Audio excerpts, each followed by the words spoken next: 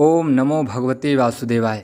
नमस्कार, एक बार पुनः आप सभी का आपके अपने चैनल धर्म शिक्षक में हार्दिक स्वागत है।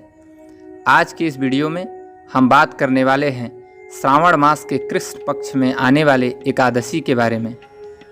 श्रावण मास कृष्ण पक्ष में आने वाली एकादशी को कामिका एकादशी कहा जाता है।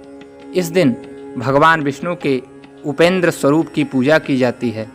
शास्त्रों में उल्लेख है कि भगवान विष्णु के आराध्य श्री शिव हैं और भगवान शिव के आराध्य हैं श्री विष्णु। इस दिन विष्णु जी के साथ शिव जी की पूजा करने से सारे बिगड़े काम बन जाते हैं। इस वर्ष यह एकादशी गुरुवार 13 जुलाई 2023 को पड़ रही है। कामिका एकादशी चातुर्मास और सावन में पड़ने से तो खास है ही, साथ ही इस वर्ष यह गुरुवार के दिन पड़ने से और महत्व रखती है।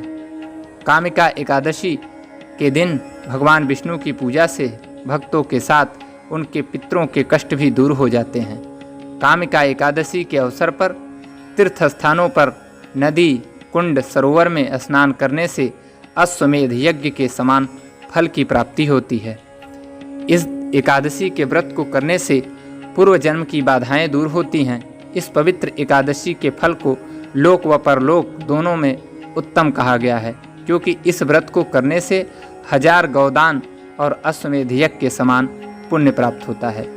यह व्रत करने से उपासकों के साथ साथ उनके पितरों के कष्ट भी दूर हो जाते हैं और मोक्ष की प्राप्ति होती है। इस दिन पूरे विधि पूर्वक पूजा पाठ करने से कभी भी न खत्म होने वाला पुण्य मिलता है। इस वर्ष कामिका एकादशी का आरंभ 12 जुलाई को शाम 5:59 से 13 जुलाई को शाम 6:24 तक है।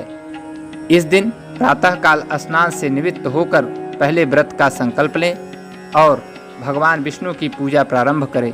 उसके बाद लकड़ी की चौकी पर पीला कपड़ा बिछाएं और भगवान विष्णु की मूर्ति या फिर तस्वीर स्थापित करें।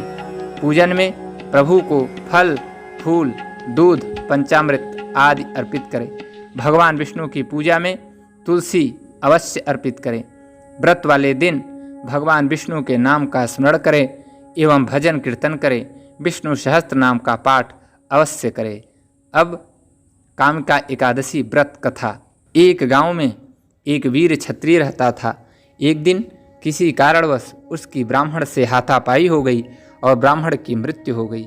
अपने हाथों मरे गए ब्राह्मण की क्रिया उस क्षत्रिय ने करनी चाहिए, परंतु पंडितों ने उसे क्रिया में शामिल होने से मना कर दिया। ब्राह्मणों ने बताया कि तुम पर ब्रह्म हत्या का दोष है, पहले प्रायश्चित कर इस पाप से मुक्त हो, तब हम तुम्हारे घर भोजन करेंगे।